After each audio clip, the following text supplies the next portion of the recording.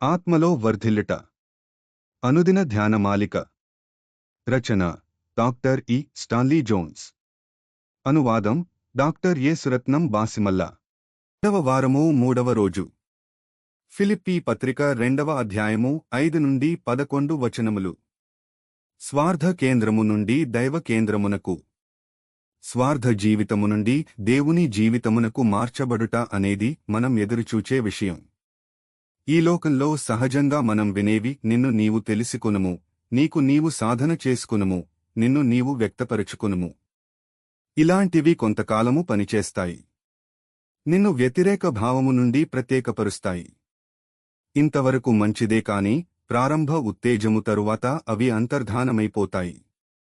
కాబట్టి తనను తాను తెలుసుకొని, తనకు తాను సాధన చేసుకుని, తనను తాను వ్యక్తపర్చుకున్నట్టి వ్యక్తి ఏదో ఒక దెబ్బ తగులగానే మరియొక వైపు తిరుగుతాడు. దైవత్వము కూడా స్వార్థమును త్రుజించుట అను చట్టము యొక్క పరిధిలోనే పనిచేస్తుంది. దైవత్వతములో కేంద్రమైంది ఏమనగా ఆయన తన్ను తాను రిక్తునిగా చేసుకున్నాడు.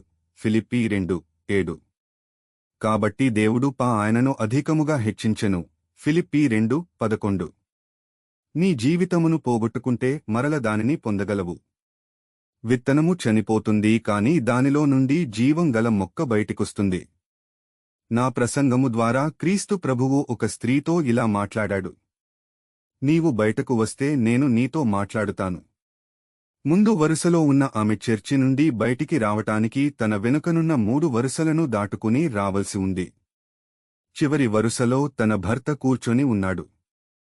తన భర్తను కూడా దాటుకుని చర్చి నుండి బయటికి రావటానికి కొంత సందేహించింది. కాని దేవుని ఆత్మ ఆమెను బలవంతపెట్టింది. ఆమె బయటికొచ్చిన తర్వాత యేసు ఆమెతో, మనము కొంత దూరము నడుద్దాము అని అన్నారు. వారలా నడుచుకుంటూ కొండమీదనున్న ఒక చర్చిలోకి వెళ్లారు. అక్కడ ఆమె అంతరంగ జీవితములోనున్న ద్వేషములు, స్వార్థమును తీసి తన ముందు వేయమని యేసు ఆమెకు చెప్పాడు.